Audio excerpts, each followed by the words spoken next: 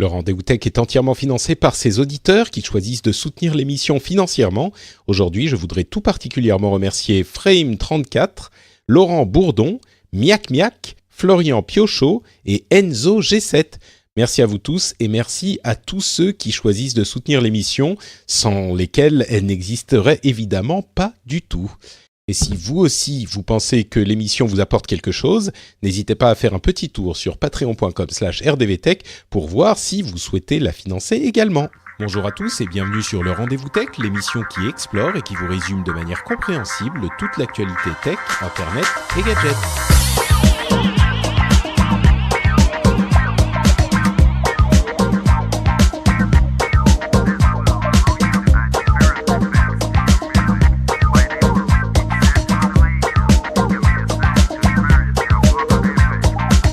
Bonjour à tous et bienvenue sur le Rendez-vous Tech, l'émission où on vous résume toute l'actu tech, internet et gadgets. Toutes les semaines, on se réunit avec différents intervenants aux différentes expertises pour vous parler de ce qui s'est passé d'important, d'intéressant, d'informatifiant dans la tech, dans le monde de la tech. Je suis Patrick Béja et aujourd'hui, j'ai le plaisir de recevoir mes deux comparses du 3e mardi du mois, à savoir Jeff Clavier qui nous rejoint de la Silicon Valley et depuis son cabinet d'investissement. Je ne sais pas comment on dit. Comment ça va, Jeff ? Bah écoute, ça va très bien. Pour une fois, il fait pas beau, il fait pas chaud et on a un des airs les moins respirables au monde à cause de ces monstrueux feux de forêt qui brûlent à 300 km de San Francisco. Donc, c'est très rare, mais là, c'est pas trop la joie. Mais je pensais pas que vous en subissiez les conséquences aussi loin, parce que c'est vrai que toi, tu es dans la Silicon Valley, et les feux, c'est plutôt, si j'ai bien compris, vers Los Angeles, donc très au sud, non ? Non, tu as deux feux. Ah. Tu as feux à Malibu, qui sont effectivement à 800 km au sud, et on n'en a pas de conséquences, enfin, si ce n'est les images horribles que l'on voit de toutes ces maisons qui sont en train de brûler. Mais il y a le feu au nord, dans Butte County, qui est à peu près à 100 km au nord de Sacramento, donc grosso modo 250-300 km au nord de San Francisco.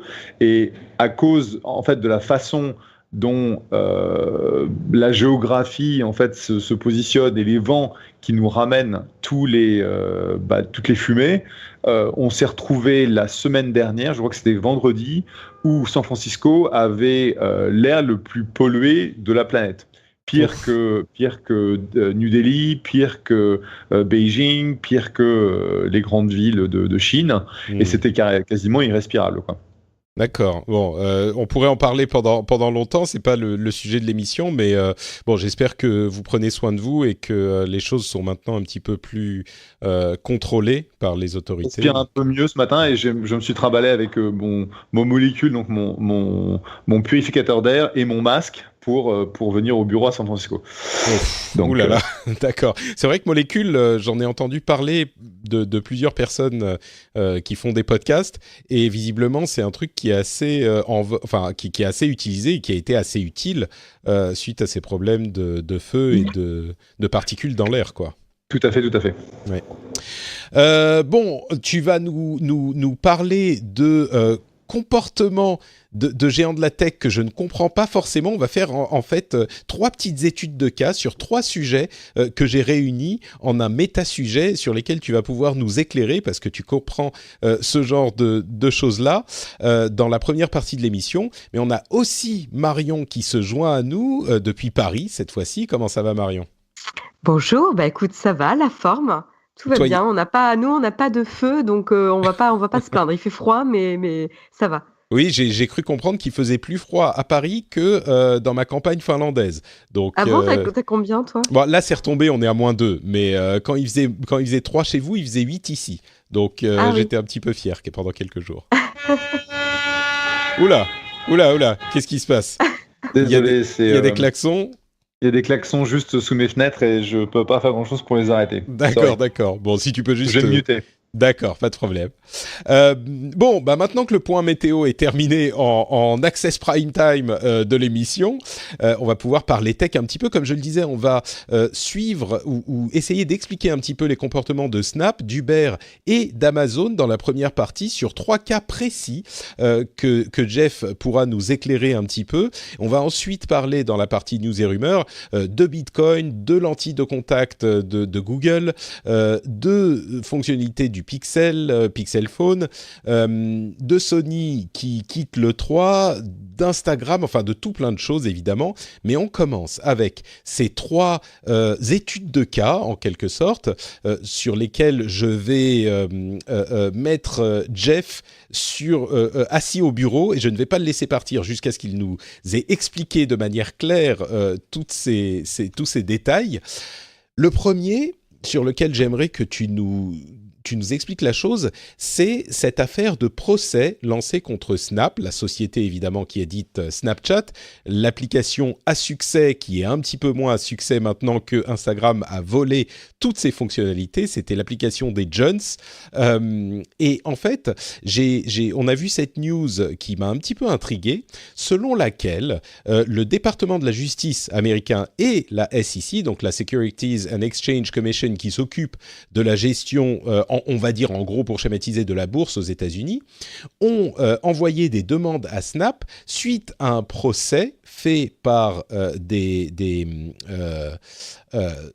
actionnaires de Snap au moment de son entrée en bourse, qui disent que Snap a sous-estimé la menace que représentait Instagram dans ces documents qui expliquaient l'état de la société pour son entrée en bourse. Et moi, il y a quelque chose que je comprends pas très bien dans toute cette histoire, c'est le rôle de Snap dans l'évaluation de sa situation, c'est-à-dire que ils devaient estimer les risques que posaient les concurrents, et en l'occurrence, les actionnaires disent que Snapchat a caché le risque que représentait Instagram pour avoir une valeur boursière plus élevée lors de l'entrée en bourse. C'est d'une part, est-ce que c'est bien ça? C'est bien ce que je comprends. Et d'autre part, toi, tu as de nombreuses sociétés qui entrent en bourse, j'imagine, à un moment de leur évolution. Quand on fait une entrée en bourse, c'est si compliqué que ça. Il faut être capable d'estimer le danger que représentent les concurrents de manière aussi précise, parce qu'ils ont dit quand même, oui, Instagram a implémenté les stories, donc ça représente un danger qui risque de limiter notre croissance, mais ils auraient dû aller plus loin. Je comprends pas bien ce qu'ils auraient dû faire en fait. On pourrait passer un épisode entier pour essayer de répondre à tes questions, on va essayer de faire court. Donc il y a plusieurs choses que tu traites dans ta question, et je vais essayer de les adresser. Alors, petit 1, il faut savoir qu'aux États-Unis, il y a un ensemble de boîtes d'avocats qui ne font qu'une chose, c'est de faire des plaintes contre des boîtes publiques. Et dès qu'il y a un événement quelconque où tu vois que l'action tombe de 10, 15, 20%, tu peux être sûr que sous 1 ou 2 jours, tu vas avoir une press release d'une de ces boîtes d'avocats disant que la société est sous investigation, qu'ils vont regarder s'ils vont déposer plainte, class action lawsuit, machin, etc. Et ça se passe de façon super courante.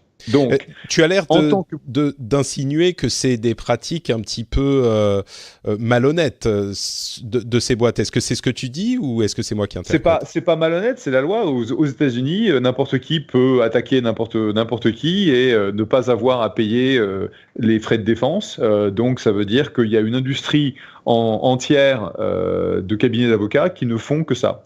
Donc c'est en gros, ils disent on va chercher un plaintif qui a vu ses stocks perdre ses actions, 10, 15, 20%, ses actions 10, 15, 20%, et puis après on va essayer de trouver d'autres personnes qui ont eu la même perte, et après ils lancent ce qu'on appelle une class action lawsuit. Je ne sais pas s'il y a l'équivalent en France. Oui, depuis peu, c'est un procès en réunion, je crois, un procès en de réunion, groupe, d'accord, ou un procès de groupe, et donc c'est l'idée où tu vas mettre 3 ou 4 ou 10 plaintifs sur ta liste, et en gros après tu vas dire, parce que ces 10 personnes ont eu un dommage, on va certifier le fait que l'ensemble des actionnaires de la boîte ont eu le même dommage. Ah d'accord, donc c'est-à-dire que c'est une industrie qui existe depuis des années. Tu pars de la base de ces quelques actionnaires qui ont eu un problème, et ça touche, enfin tu lances le procès au bénéfice de tous les actionnaires, pas juste des plaintifs. Au bénéfice de tous les actionnaires. Mais là, après, on a quand même le département de la justice et la SEC qui s'en mêlent. Ce sont eux qui ont envoyé les demandes d'information, les fameux subpoenas. Tout à fait. C'est ça qui est un peu surprenant. C'est-à-dire que sans cet aspect-là, sans que la SEC et le DOJ s'en mêlent, ce serait en fait faire du business en tant que boîte publique qui est listée sur le Nasdaq ou sur le NYSE, que d'avoir de façon, tu vois, un peu aléatoire, des gens qui viennent dire que t'as pas fait ton boulot et que de fait, ils vont t'attaquer. Et effectivement, quand tu vas public, tu vas soumettre un document qui s'appelle le S1, c'est ton comment ça s'appelle en France, c'est ton S1, hein, c'est le document qui détaille l'état de la société, qui détaille ton business, etc. Et tu vas avoir dedans l'ensemble des risques que tu vas lister, de tous les trucs qui pourraient dérailler ta boîte. Et c'est là où tu vas, parce que par définition, tu vas lister tout alors, tout ce que tu peux imaginer, parce que par définition, c'est l'ensemble des trucs les plus tordus possibles que avec lequel quelqu'un pourrait t'attaquer, que tu vas mettre dedans en disant ça peut arriver, de manière à créer un espèce d'écran protecteur autour de la boîte en disant c'était couvert dans les risques dans le S1, et donc regarde, c'était écrit là. D'accord. Et en l'occurrence, ils ont parlé d'Instagram. Donc, est-ce que là, c'est l'action, enfin le procès dit ils en ont pas assez parlé, ils ont sous-estimé le risque. Selon toi, tu connais pas les détails du truc, mais est-ce que ce procès a des mérites ? Est-ce qu'il y a quelque chose de crédible dans l'idée que Snap a sous-estimé volontairement la menace d'Instagram ? C'est ça. Le grand mot, c'est volontairement. C'est-à-dire que ce qu'il faut pouvoir démontrer, l'action de Snap, c'est casser la gueule, hein. Ils trade à une fraction de la valorisation avec laquelle ils ont été publics. Donc, les gens qui ont acheté les actions à l'IPO ont perdu de l'argent sur le papier. Ceux qui ont acheté les actions plus tard, alors que Snap était en train vraiment d'augmenter, ils ont perdu de l'argent sur le papier. Et en gros, Evan Spiegel, le CEO, a une espèce d'attitude envers les marchés en disant fuck you, je fais ce que je veux, parce que c'est un petit trou du cul de 28 ans et qu'il se moque des marchés, malgré le fait que en tant que patron de boîte publique, tu dois en gros te servir les marchés ou à la limite d'y répondre. Et en fait, ce que la plainte dit, c'est que ils avaient identifié que Instagram allait avoir un effet super négatif sur leurs revenus et sur leur communauté en termes de chiffres, de rétention, etc. et qu'ils l'ont caché. C'est-à-dire qu'ils ont en gros en quelque sorte diminué l'impact dans leur communication pour que tout le monde achète leurs actions, etc. etc. Ouais, pour avoir un bon lancement, quoi. Donc ça, Et donc, ce qui va se passer maintenant, va y avoir un système, un processus qu'on appelle le discovery. Je ne sais pas comment ça se dit en français. Où l'enquête, en fait. L'enquête, les avocats vont aller, en gros, faire des perquisitions chez Snap. Ils vont accéder aux ordinateurs de Spiegel, de machin, de trucs. Donc, et ils vont aller chercher une preuve qu'ils savaient que Instagram allait leur faire du mal et qu'ils l'ont caché volontairement. D'accord, donc c'est vraiment cet aspect volontaire de ouais. Et c'est intéressant.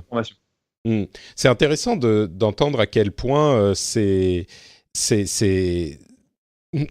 entrées en bourse, en fait, c'est pas juste ça y est, on entre en bourse, on engrange l'argent, c'est la fête, on ouvre le champagne. Enfin, je suis sûr qu'il y a beaucoup de ça aussi, mais il y a une préparation qui est très technique, quoi. Oui. Et puis tu vois, juste un exemple. Donc, une de mes sociétés, SendGrid, a été rachetée, a eu une offre de rachat de la part d'une autre boîte technique, Twilio. Donc, c'est une transaction qui a été approuvée par les deux boards. Et le lendemain, tu avais une boîte d'avocats qui signifiait que le board de Twilio le board de SendGrid allait être investigué pour savoir s'ils n'avaient pas manqué à leur responsabilité fiduciaire en signant la transaction. Et en fait, ce qu'ils vont essayer de démontrer, c'est que on n'a pas demandé assez d'argent à Twilio. Et puis derrière, tu vas sur la stock de Twilio et tu vois la même chose où les mecs disent que Twilio a payé trop cher pour SendGrid.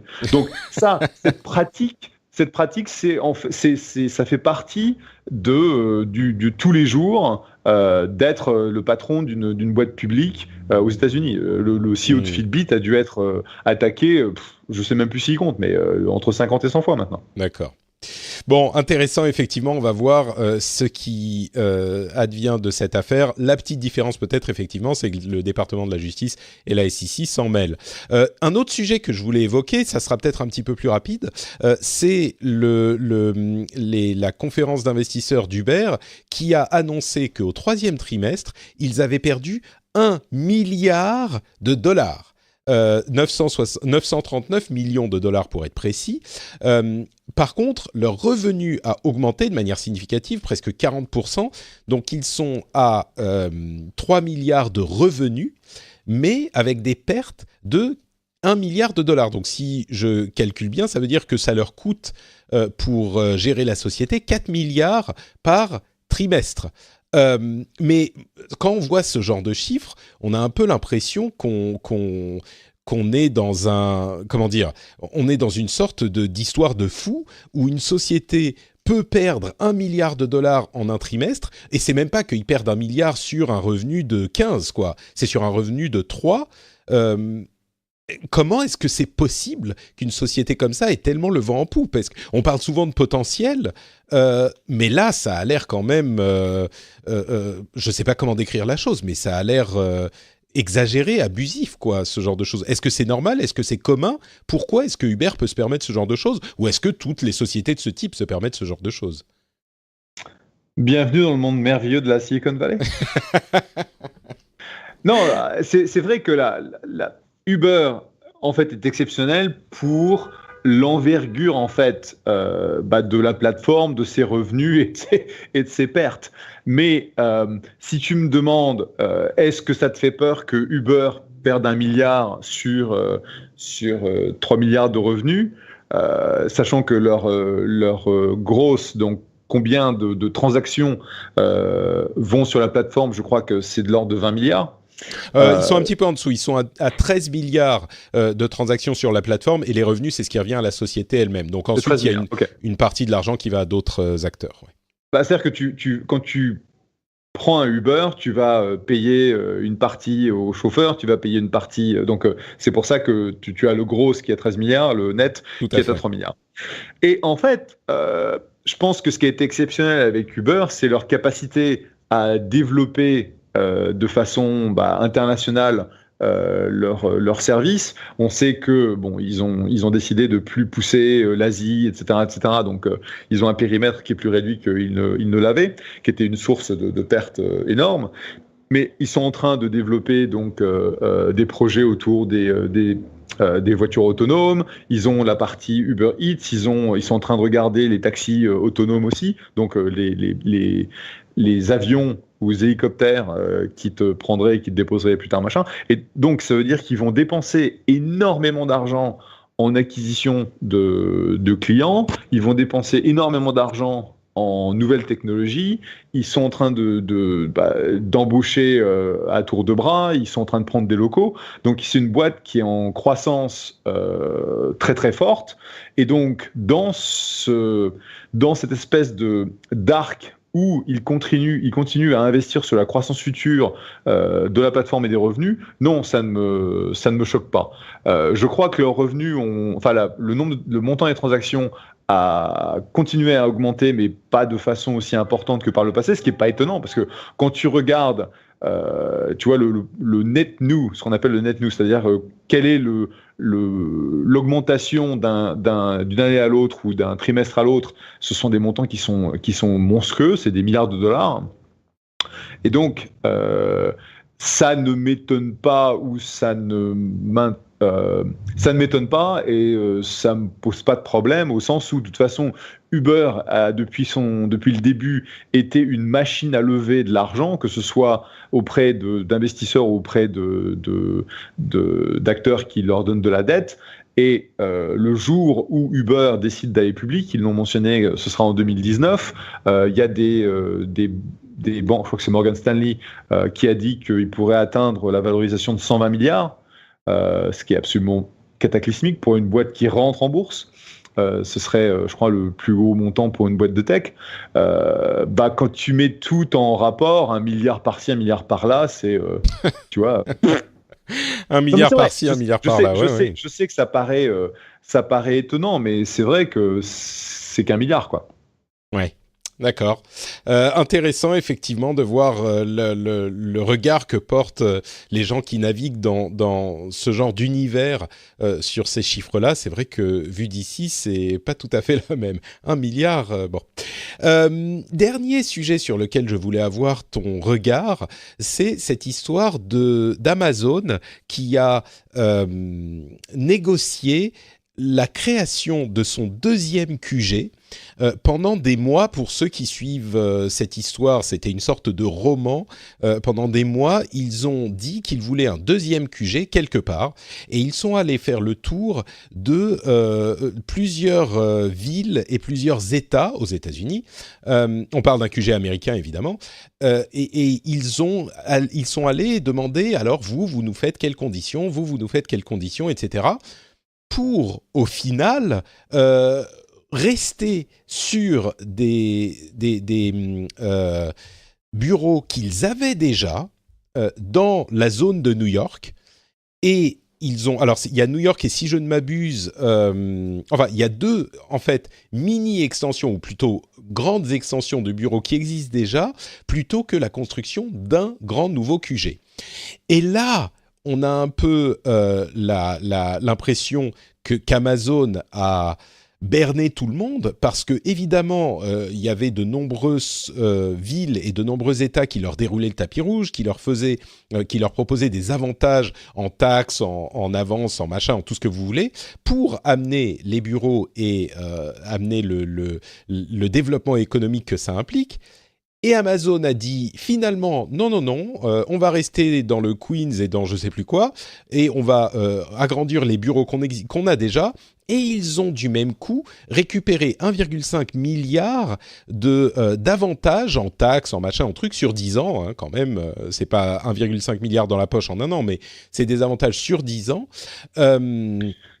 Et là, moi, j'ai un peu l'impression de voir une sorte de négociateur qui a enflé tout le monde en faisant jouer en fait l'idée qu'ils allaient aller ailleurs était simplement là pour négocier de meilleurs avantages avec je ne sais pas qui, la ville de New York, l'État de New York, pour avoir de meilleurs avantages. Et autant je trouve que la tech a de moins en moins bonne image, autant on peut se dire oui, c'est de bonne guerre, voilà, tu négocies comme ça. Autant si je suis moi le responsable d'une des villes qui était concernée et que j'ai fait travailler mes équipes jour et nuit pendant des semaines pour essayer de séduire Amazon pour qu'ils viennent chez moi, je fais un petit peu la gueule, quoi. Est-ce que c'est business as usual, comme tu le disais, pour ce genre de choses, ou est-ce que là, quand même, c'est un petit peu un sale coup qu'a fait Amazon à un moment où, franchement, la tech et Amazon n'ont pas besoin de ça? Ouais, non, ils ont vraiment géré ça comme des filous, parce que comme tu le dis, le cahier des charges était clair. C'est on va construire un deuxième headquarter pour Amazon, on va créer 50 000 jobs, on va faire tout, on va pas le faire à Seattle parce qu'on veut en gros se démarquer de notre position actuelle et trouver un endroit où on peut absorber 50 000 personnes de plus. Donc il y avait toute cette publicité autour du processus. Comme tu le dis, ils ont travaillé sur une vingtaine de projets. Ils ont sollicité énormément d'avantages. En gros, ça a été la course à qui pouvait offrir le plus à Amazon. Donc, ils ont vraiment fait jouer le leverage au maximum. Et puis, in fine, ils se sont rendus compte que c'est pas facile de rajouter 50 000 personnes à un endroit particulier parce que ça pose des problèmes énormes en termes de logistique, en termes c'est des problèmes qu'on a aujourd'hui dans la vallée. Hein. On a rajouté des dizaines de milliers de jobs et on voit où ça nous amène. Et donc, plutôt et à la limite, ça a du sens de dire on va en faire 2 plutôt qu'un, mais ils l'ont dit qu'au dernier moment, puis après ils sont retombés sur des trucs qu'ils ont déjà, et en gros tu as vraiment l'impression qu'ils ont pressuré tout le monde pour avoir plein d'avantages, et qu'en gros ils ont niqué tout le monde, quoi. Et je suis tout à fait d'accord avec toi, Amazon n'a pas une bonne presse pour leurs pratiques, c'est des presses citrons, si bien connu que les gens qui travaillent dans les warehouses, les entrepôts.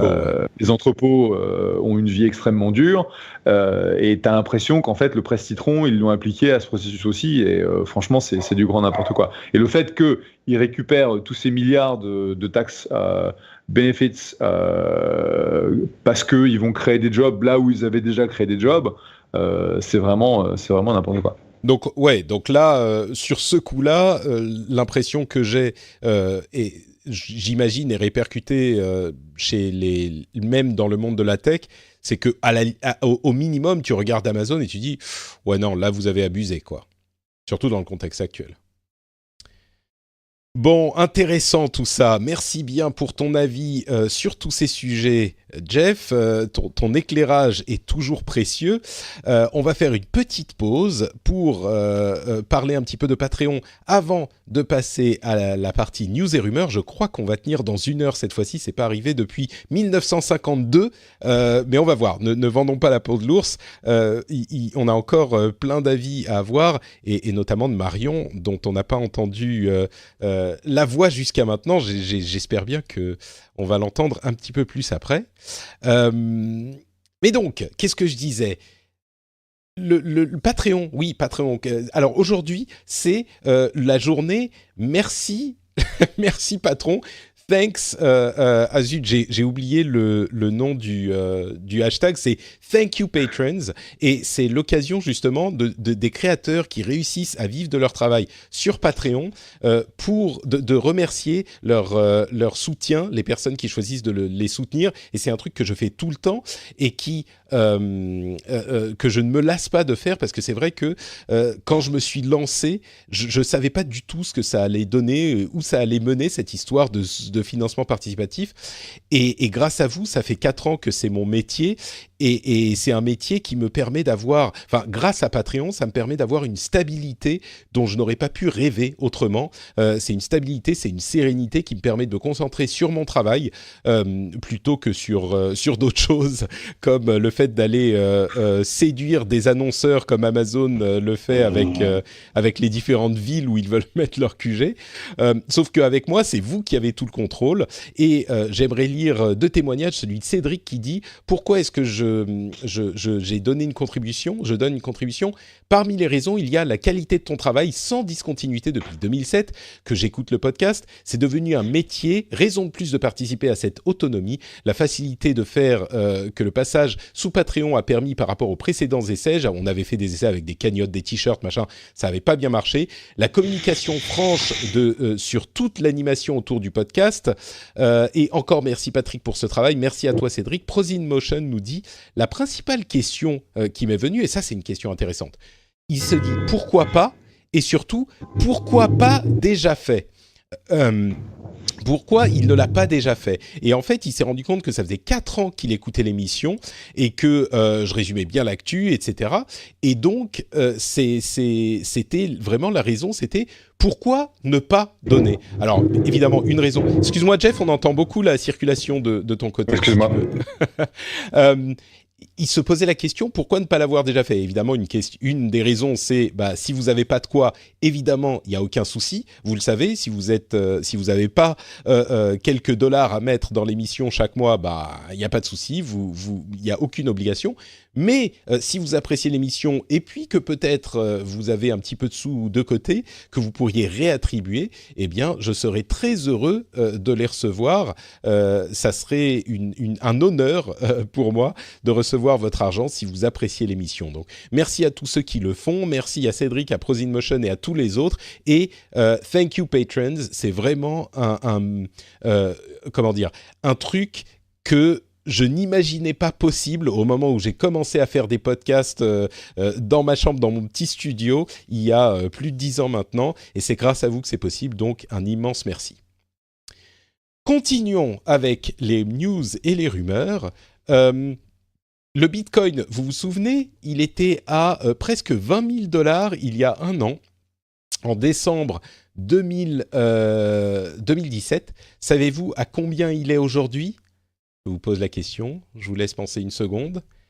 5 000. Il vient de passer sous la barre des $5 000. Du coup, Marion, toi qui avais acheté pour $250 000 de Bitcoin, tu te retrouves un peu embarrassé, n'est-ce pas ? Ah bah oui, tout à fait. Non, mais je connais pas mal de personnes qui avaient misé sur les crypto-monnaies, pas que les bitcoins, mais les crypto-monnaies de manière générale. Et c'est vrai qu'à l'époque où ça fluctuait beaucoup, ils avaient tendance à jeter un œil un peu trop souvent dessus. Mais justement, ouais, là, je me demande ce qu'ils penseraient justement aujourd'hui. Mais ce qui est terrible, c'est qu'il y a un an, quand ils étaient à 20 000, on se demandait jusqu'où ça allait aller. On se disait peut-être qu'à ce moment, c'était encore le moment d'investir. Je crois que Jeff, t'étais pas hyper séduit par les mirages des bitcoins.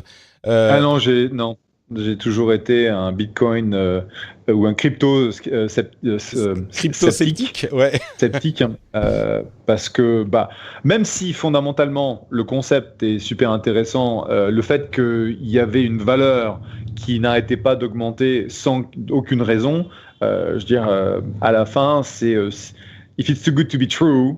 Et ouais. Donc si c'est trop beau, si c'est trop beau pour être vrai, c'est qu'il y a un truc. Pour être vrai, c'est que ça l'est. Ouais. Et donc je sais pas, il y a une valeur à Bitcoin ou à Ethereum, etc. Je crois que la technologie blockchain éventuellement un jour deviendra utile et intéressante, mais de là à ce que, avec la spéculation qui y a eu, où en fait le marché est manipulé par des gens, surtout en Corée, en Chine, etc. Et donc tous les pauvres Pékins qui ont investi dans le Bitcoin, qui ont acheté du Bitcoin à $20 000, ils verront jamais leur argent. Et malheureusement, vu le fait que le système est complètement non transparent, t'as aucune idée de qui fait quoi, c'est pas régulé, t'as aucun moyen de te retourner contre quiconque, et puis voilà quoi. Donc ouais, c'est intéressant de mettre ça en parallèle avec l'histoire sur Snap, justement, au début de l'émission, où, effectivement, c'est très régulé, contrairement à ce qu'on peut penser, ou l'image de Far West qu'on peut avoir sur toutes ces histoires, peut-être même vues d'Europe et de Paris.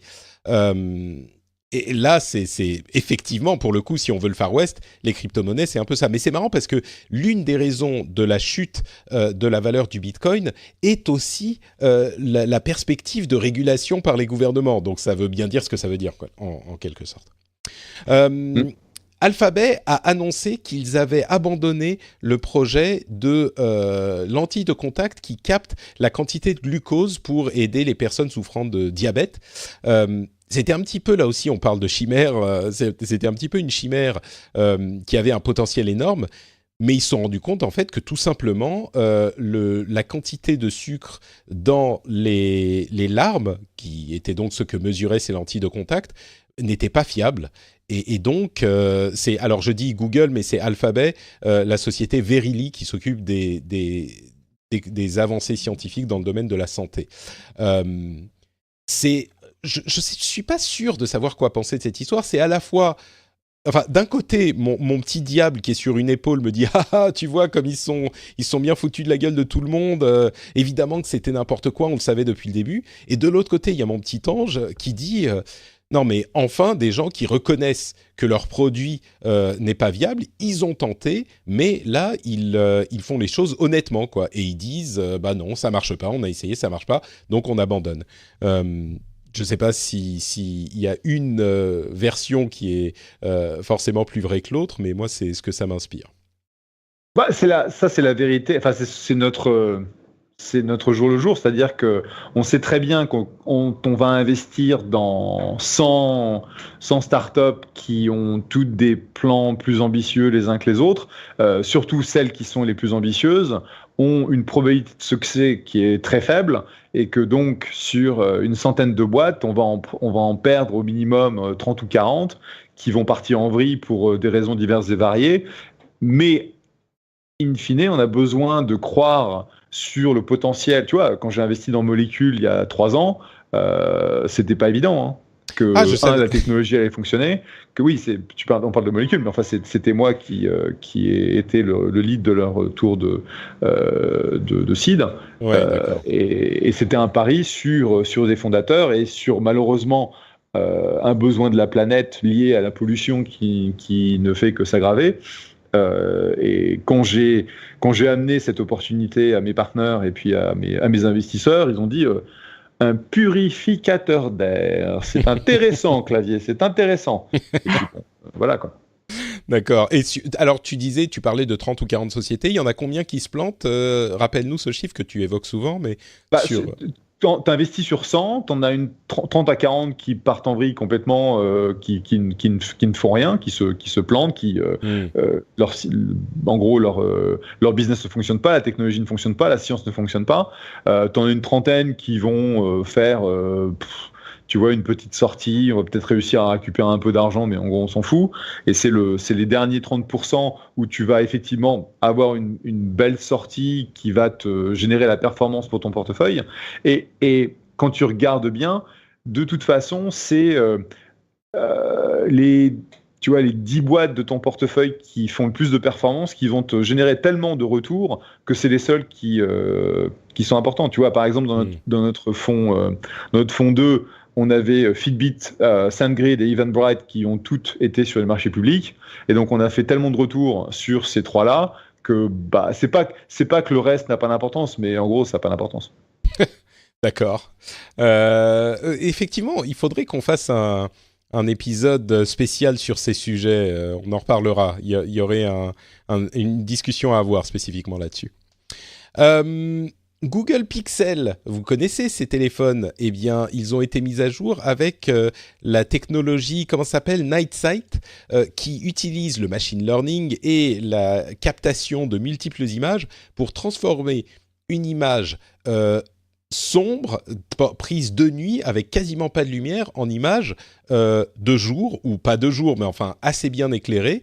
Et il faut avouer que c'est hyper impressionnant comme technologie. Et elle a été...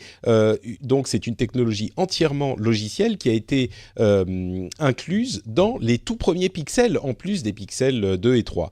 Là, pour le coup, je me retourne enfin vers Marion. Ça, c'est un truc que tu suis d'un petit peu plus près, j'imagine, ce type de technologie et ce type de technologie photo, surtout.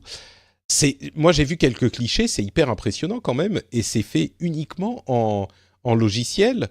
Il n'y a rien d'équivalent dans les appareils photo qu'on connaît aujourd'hui, quoi, à part ça. Non, c'est vrai que c'est vraiment très impressionnant les performances du Pixel 3 là. On l'a testé un petit peu sur la chaîne. Après, de ce que je crois me souvenir, parce que c'est pas moi qui le teste personnellement. Attention, là on parle du Night Sight, hein, du truc qui affiche qui affiche comment dire, qui change l'image pour la transformer en image bien éclairée, alors qu'à la base c'était une image quasiment de nuit, quoi. Oui, oui, tout à fait. Ouais. Mais ça vient d'être ajouté au Pixel, hein. C'est pas le Pixel tel qu'il était à l'origine. C'est pour ça que j'en Oui, oui, parle. non, mais c'est une fonctionnalité qui était présente sur le dernier Pixel. Alors c'est peut-être moi qui me plante. J'avais l'impression que ça venait d'être ajouté à tous les pixels, y compris le Pixel 3. Peut-être que C'est possible que ça soit disponible sur les autres pixels. En tout cas, moi, je l'ai vu en action sur le dernier, puisque Jérôme est en train de tester le dernier. Je peux pas savoir si en effet c'est dispo sur les autres. C'est D'accord. possible puisque c'est une mise à jour logicielle. Donc, Ouais, bah, je croyais que c'était tout nouveau, que c'était arrivé il y a 2 jours, mais je me trompe peut-être. Ah d'accord, je pense pas, il me semble pas. Peut-être pour les autres téléphones, mais en tout D'accord, cas, ok. moi, j'ai vu en effet et on a déjà testé un petit peu l'effet, et c'est assez impressionnant, vraiment. La qualité est assez bluffante. Après, c'est vraiment enfin, c'est là où on se pose la question où, c'est quoi l'intérêt d'essayer de prendre une photo dans le noir? Parce que quand tu vois les clichés, c'est ça, hein, c'est vraiment essayer de prendre des photos dans le noir et il y a Ouais. quand même un effet de bouillie pixel. Là, on le voit pas trop sur les clichés, enfin, ça dépend lesquels, hein. Hmm. Tu vois les portraits, certains portraits, il y a quand même une vraie bouillie de pixels derrière et tu demandes vraiment, l'intérêt, quoi. C'est vraiment pour prendre des photos dans des conditions, juste impossibles, quoi. Ouais, Je trouve pas ça très intéressant, moi, personnellement, parce que c'est pas ce que je recherche dans la prise photo, mais c'est au lieu voilà, d'apprendre un petit peu les contraintes de la photo et non, mais de comprendre l'intérêt aussi et l'importance de la lumière dans la qualité d'un cliché. En fait, on va essayer de recoller les morceaux. Donc c'est un petit peu, voilà, c'est un Ouais, je parti comprends pris. ce que tu veux dire. C'est vrai que c'est un truc un petit peu artificiel. Je crois que pour des puristes de la photo comme vous l'êtes sur Nowtech, ça vous paraît hyper gadget. Moi, je crois que pour les gens entre guillemets normaux, pour reprendre la formulation de certains, tu vois, pour les gens qui sont pas des élites de la photo, c'est pour prendre des photos, je sais pas, en boîte ou dans la nuit quand tu es en train de marcher avec des amis, et ça rend quelque chose. Enfin, là on en parle, mais peut-être que les gens s'en rendent pas bien compte. Essayez d'aller chercher des clichés et des tests de ce mode sur YouTube ou sur le web. C'est hyper impressionnant la manière dont ça capte de la lumière en prenant... C'est un petit peu du HDR, mais puissance 10, quoi. Il prend, je sais plus combien, 10-15 photos, et il réunit les informations de toutes ces photos en compensant pour les petits mouvements de la main. Et c'est vrai qu'il fait un truc artificiel, mais c'est un truc qu'on ne pouvait pas avoir jusqu'à maintenant avec quasiment aucun appareil, quoi. Donc, C'est c'est un sûr peu que là fascinant. où je suis d'accord avec toi, c'est en effet pour tout ce qui est photos de soirée, photos entre amis, enfin Ouais, vraiment c'est les ça, ouais. souvenirs quoi. Mm. Ça va être super parce qu'en effet on va pouvoir enfin avoir des clichés pour se rappeler les soirées en boîte ou mal éclairées, etc. C'est pas une fonctionnalité qui est là pour les personnes qui aiment prendre des photos, C'est clairement. vrai, ouais. Mm. C'est juste pour se souvenir d'un moment et en effet en même temps c'est un des premiers usages de la photo aussi, hein. C'est pour se remémorer un moment passé avec des Bah, c'est personnes. ça, ouais. Donc ça sera utilisé et c'est intéressant quand même que Google travaille dessus. Mais c'est voilà, c'est pas C'est pas pour comment faire des dire belles photos, quoi. C'est sûr. exactement. Mm. Faut pas confondre en fait les deux usages. Et donc, c'est intégré effectivement au Pixel jusqu'au premier du nom. Et une rumeur dit que Google travaillerait sur un Pixel 3 Lite, donc une version un petit peu moins chère du Pixel 3, à voir si cette rumeur sera confirmée. Et tant qu'on parle de production de téléphone, il y a de plus en plus de sources qui semblent indiquer que iPhone a réduit le nombre de commandes pour la fin d'année de son iPhone XR. Donc, il semblerait que l'iPhone... moins cher entre guillemets hein, pour un iPhone qui était censé se vendre comme des petits pains parce qu'il a et tout le monde l'a dit et moi y compris nous aussi parce que c'était quasiment toutes les fonctionnalités de l'iPhone XS mais pour 200 ou 300 dollars de moins. Et c'était vraiment l'écran qui changeait et c'était quand même un écran de très bonne qualité. et ben il semblerait qu'ils se vendent. Alors, il s'en vend quand même beaucoup, mais il s'en vend moins que ce qu'estimait pouvoir vendre Apple. Donc, il réajuste la production. C'est intéressant parce que c'est encore une fois, les prédictions étaient qu'il allait se vendre comme des petits pains. Il semblerait que pour 200 ou 300 $ de plus, les gens préfèrent acheter, peut-être, à voir quand ils parleront des chiffres, encore que Apple va plus parler des chiffres de vente d'iPhone, comme on l'expliquait la dernière fois, mais il semblerait que les gens préfèrent mettre 200 ou 300 $ de plus pour avoir un iPhone XS, ce qui finalement, quand on est déjà à 800 $ ou 800 €, on se dit, bon, bah, je vais en mettre 200 de plus et avoir le vrai, quoi. Intéressant. C'est marrant parce que ça rappelle un petit peu les conclusions entre l'iPhone 8 et l'iPhone 10. Ouais, tout dernière. à fait. Ouais. Jeff, vas-y. Ouais, non, le truc, c'est un iPhone, c'est un produit de luxe. Tu veux te faire plaisir quand tu l'achètes. Et donc, avoir un iPhone tout neuf, mais pas avoir le top du top, je pense que c'est fondamentalement une erreur. C'est pas un truc que tu vas acheter au discount. C'est pas un téléphone Android. Mais non, mais c'est pas un truc ça m'étonne pas du tout, quoi. Ce que je dirais sur cette comparaison un petit peu trollesque que tu fais, je dirais que sur l'iPhone, si tu veux un iPhone moins cher, tu vas prendre un iPhone de l'année dernière ou d'il y a 2 ans. Alors que si tu veux celui de cette année, bah tu vas pas prendre celui de cette année qui est un petit peu celui au rabais, quoi. Donc il y a un petit peu de ça aussi, effectivement, Jeff. Je crois que t'as pas tort. Les gens qui veulent des iPhones, ils veulent l'iPhone super iPhone, quoi. Donc il y a peut-être de ça. Et puis si jamais t'as pas besoin d'une upgrade, tu vas pas l'acheter. Donc c'est le truc en fait, ils ont pas différencié suffisamment, à mon avis. Il leur faudrait vraiment un truc entrée de gamme beaucoup moins cher, parce que quand tu vois en fait le prix du truc, si tu peux payer 700, tu peux payer 1000 ou pas, tu vois. Ouais, tout à fait. Ouais. Sony ne va pas être présent à l'E3. Alors là, on parle de jeux vidéo un tout petit peu, mais c'est hyper significatif pour l'industrie. On a vraiment une annonce qui vient ébranler l'industrie du jeu vidéo. Il y a plusieurs raisons pour lesquelles Sony ne sera pas présent à l'E3, et on peut spéculer sur le fait qu'ils seront présents en 2020 pour tout un tas de raisons ou pas, mais c'est très intéressant de voir que même le jeu vidéo semble être en train de suivre la tendance de la tech, où les grosses sociétés se passent des autres, se passent des gros événements, des trade shows de l'industrie, et a priori, dans le cas de Sony, on ne sait pas exactement ce qu'ils vont faire, mais suivent cette tendance de si on a besoin de communiquer, on peut le faire nous-mêmes et établir nos conditions. On n'a pas forcément besoin de ces reliques d'une époque où il fallait que tout le monde soit présent au même endroit. Et c'est important parce que Sony, l'un des gros constructeurs de consoles, était l'un des piliers de l'E3. Leur conférence était l'une des plus importantes. C'est un événement qu'il fallait évoquer. C'est la première fois qu'ils n'y sont pas. On en parle beaucoup plus dans le rendez-vous jeu, donc si ces sujets vous intéressent, n'hésitez pas à aller écouter le rendez-vous jeu. Quoi d'autre ? Instagram est en train de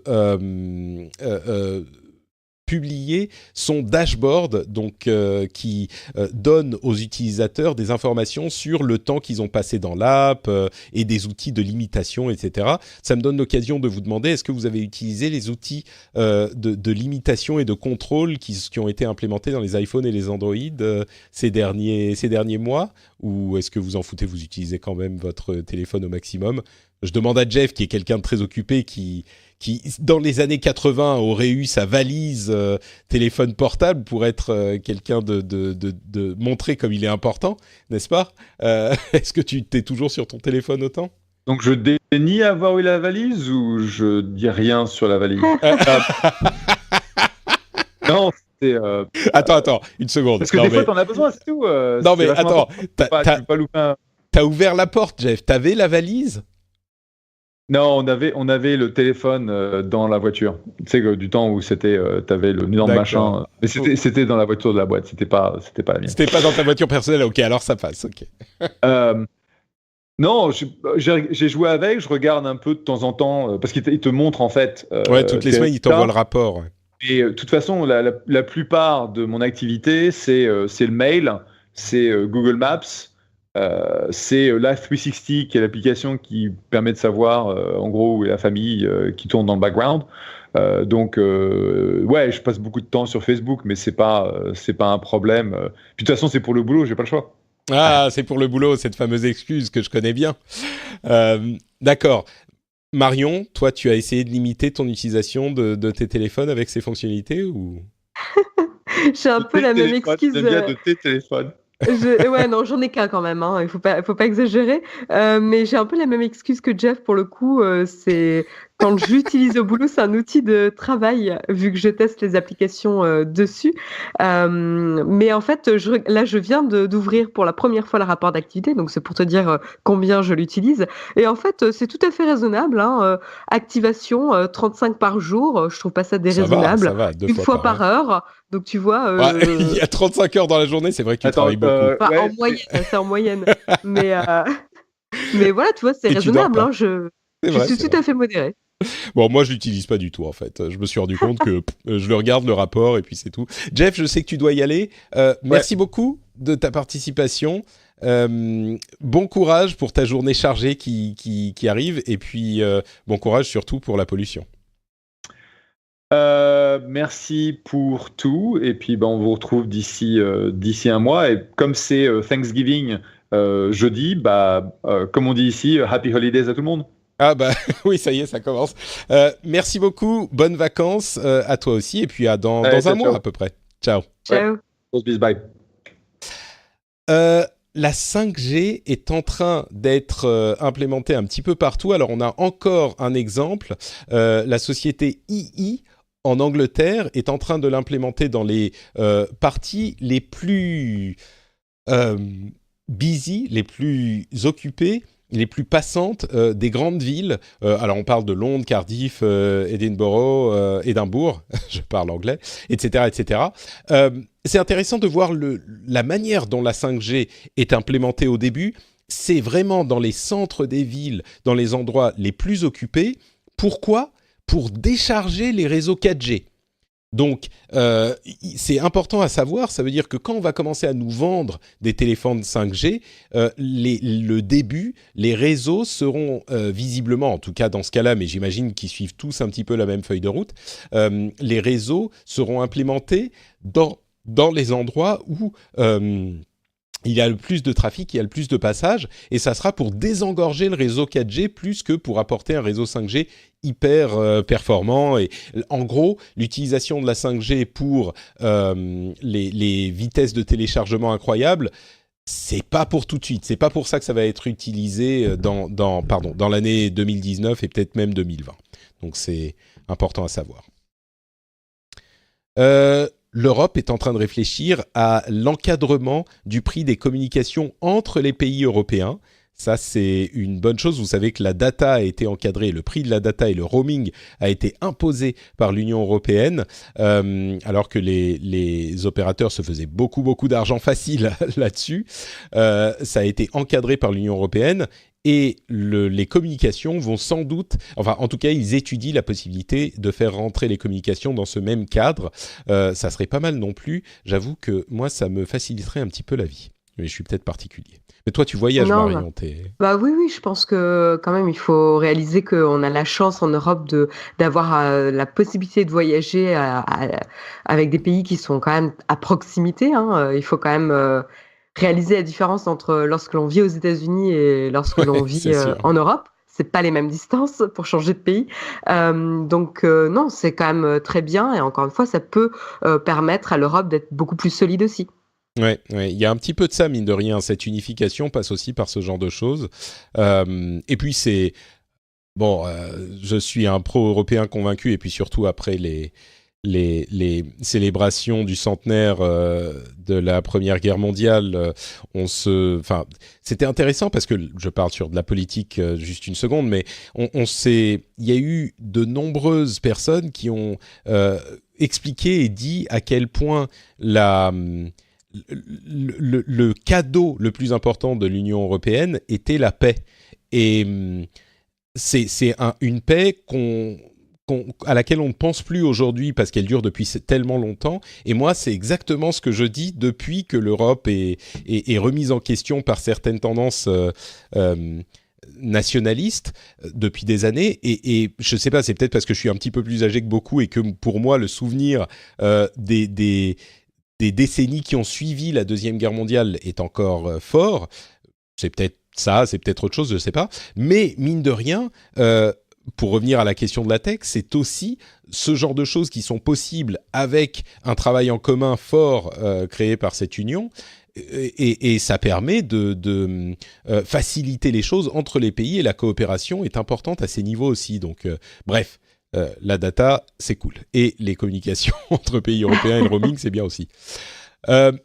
Tiens, parlons un petit peu des dangers et de ce que font les États pour se prémunir contre les dangers différents que peuvent occasionner le net et le cybermonde en général.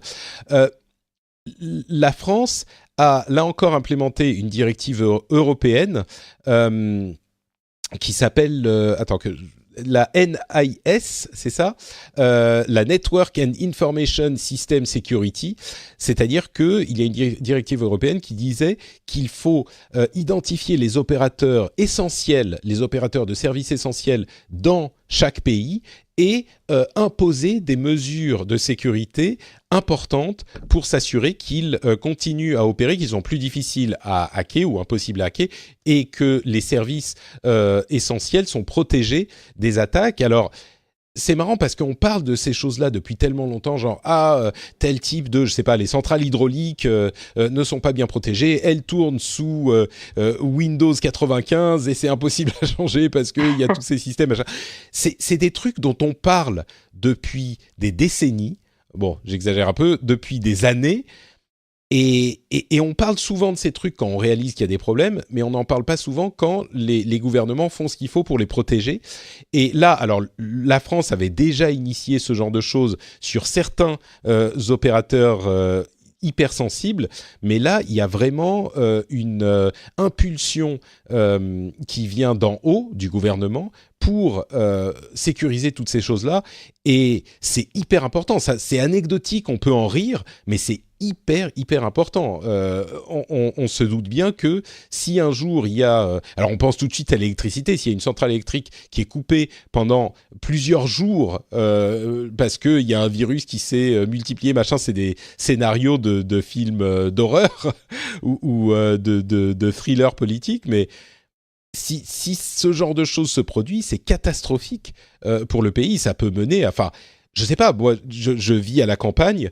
Je me rends compte que si j'ai plus d'électricité un jour, et au bout de... Enfin, quelques heures, ça va. Au bout de quelques heures, je suis perdu. Je veux dire, j'ai plus... de communication. Les téléphones mobiles restent pas très longtemps. Il y a des batteries, enfin même des accus dans les tours, mais ça dure, je sais pas, 2 heures, même si ça dure 24 heures. Au bout de 24 heures, tu fais quoi ? Tu sais même plus ce qui se passe nulle part, quoi. Donc, j'ai pas de télé, j'ai pas de radio. Enfin, peut-être qu'il faudrait que j'ai une radio quelque part qui marche à pile. Il est en train de penser au scénario catastrophe. Ouais, là. c'est ça. L'angoisse qui monte. Faut que je commence à avoir de l'eau en bouteille quelque part, tu sais, dans un abri atomique, machin. Bah, ça va, t'as un puits. Oui, c'est vrai. J'aurai au moins de l'eau. On va pas mourir de soif, c'est pas faux. Et puis il y a des biches dans le coin. Si on apprend à chasser, ça fera à manger je veux aussi. voir ça. Hein. Patrick qui va partir à la chasse à la biche. Écoute, j'ai beaucoup joué à Tomb Raider. Je pense que je suis prêt. C'est bon, il y a pas de problème. Mais bon, bref, on rigole, mais ce genre d'initiative aussi, c'est quelque chose d'hyper important, je trouve. Oui, je pense que c'est une bonne, encore une fois, c'est bien de communiquer autour de ça.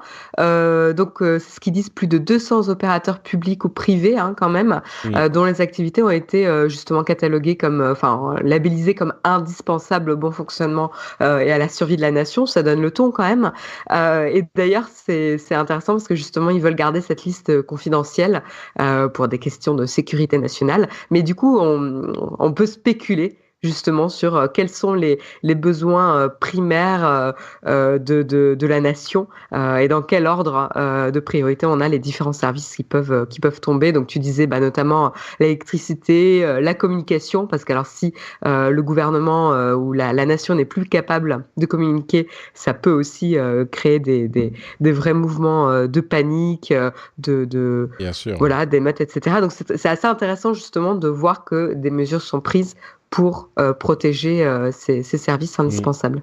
Et c'est vrai que l'informatique est tellement présente partout que nous, on pense tout de suite à l'électricité parce que c'est électrique, donc tech, mais l'informatique, évidemment, gère tout, mais c'est des trucs auxquels on ne pense pas forcément. J'imagine qu'il y a des trucs comme les systèmes d'égout, d'évacuation, de purification d'eau, enfin, tous ces trucs-là aussi, ça fonctionne sur des systèmes informatiques qui doivent être, enfin, qui sont vulnérables d'une certaine manière, mais qu'il faut contrôler, quoi. Donc, Ouais. c'est des trucs essentiels et c'est rassurant de se dire que je ne sais pas si personne s'en occupait avant. Il y avait une initiative en France, comme je le disais, mais j'imagine qu'elle n'a pas commencé en 2000, l'initiative. Donc c'est rassurant de se rendre compte que on s'en préoccupe aujourd'hui. Et puis il y a une dernière chose, je ne savais pas si j'allais en parler, mais on va peut-être l'évoquer très rapidement. Il y a eu encore un scandale sur Facebook, encore un, qui a fait beaucoup de bruit aux États-Unis, moins en France, mais en gros, c'est lié à la réponse qu'ils ont amenée aux problèmes de fake news qui se sont fait jour au printemps 2016, avec le début de l'activité russe sur le réseau. Et ils ont, en gros, c'est le New York Times qui a publié un article assez assez complet, mais un petit peu romancé sur... romancé est peut-être pas le bon terme, j'exagère, mais on va dire avec une narration appuyée sur la manière dont Facebook a géré ça et sur leur technique. Et ils ont dit Facebook a d'abord nié et puis ils ont diminué l'importance, essayé de diminuer l'importance des problèmes, etc. Et ils ont engagé une société qui s'appelle Definers Public Affairs, qui est une société très partisane, qui a essayé essayer de mettre la responsabilité de la chose sur George Soros avec des relents d'antisémitisme, ce qui sont évidemment assez inacceptables. Et surtout, ils mettent en cause la responsabilité de Mark Zuckerberg et Sheryl Sandberg directement. Alors, Facebook a répondu en disant il y a des inexactitudes dans la manière dont c'est parlé, dont c'est raconté, etc. Mais ils n'ont pas non plus nié le fond de l'affaire. Évidemment, ils ont dit sur le Definers Public Affairs, c'est une société de opposition research. Ce qu'on appelle l'opposition research, c'est la recherche sur ton opposition politique. Tu vas essayer de chercher tous les squelettes qu'ils ont dans les placards et parfois même essayer si ce n'est pas d'en inventer, au moins de grossir le trait sur certaines choses. Et comme je le disais, ils sont très très partisans. Et donc Zuckerberg a dit ah oui mais non mais une fois qu'on s'en est rendu compte on les a renvoyés tout de suite, c'est pas ce genre de pratique qu'on fait, mais en même temps il a envoyé un message à toute la société en disant ne vous avisez pas d'aller parler au New York Times ou aux journalistes, nous on n'a pas besoin de ce genre de choses, on gère les choses nous-mêmes, etc. Enfin c'est une histoire de plus qui vient entacher la réputation de Facebook. Et même si certains diront « Ah mais Facebook, on leur fait plus confiance depuis longtemps », parmi ceux qui faisaient encore confiance à Facebook dans le sens au moins ils essayent, il y en a beaucoup qui se disent « Non mais là c'est plus possible, il y a trop de je veux pas dire de preuves, mais il y a trop d'éléments qui laissent penser que même si sur certaines choses ils essayent, ils font pas les choses assez bien, tout court. Ils font pas les choses bien. Et ça complique énormément la relation des employés par rapport à Facebook, par rapport à l'employeur, des utilisateurs par rapport à Facebook. Bien sûr, elle était déjà compliquée, mais je crois qu'on n'en a pas beaucoup parlé en France, mais c'est une affaire qui est vraiment venue éroder l'image de Facebook encore plus, peut-être à cause de tout ce qui s'était passé avant, mais je crois encore plus que ce qui s'était passé avant. Et là, on arrive, je crois, on n'est pas loin d'un point critique qui ne veut pas dire que Facebook les gens vont se mettre à arrêter d'utiliser Facebook parce que, de fait, il n'y a pas d'alternative à Facebook, donc on est un petit peu obligé de les utiliser, mais on arrive à un point où la confiance du public et de la sphère politique est tellement faible envers Facebook que ça risque de casser un truc, quoi. C'est une affaire de plus et je voulais l'évoquer. Et tiens, j'en profite pour reparler d'un sujet qu'on a évoqué la dernière fois, qui était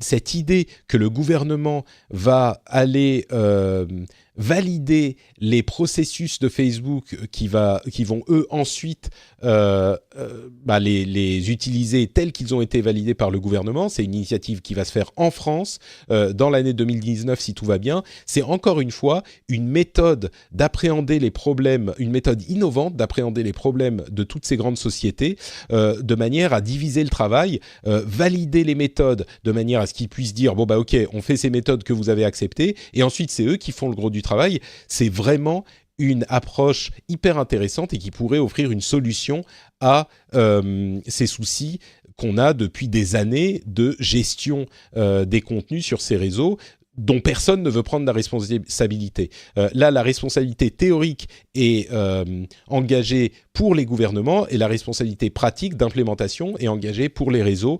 C'est un petit peu le meilleur des deux mondes et c'est une solution qui est imaginée par la France. On verra si ça se passe bien, mais c'est une solution qui pourrait au moins satisfaire sur la méthode, à voir si ça se passera bien. Tu as une idée de quel organisme se chargerait de faire ça ?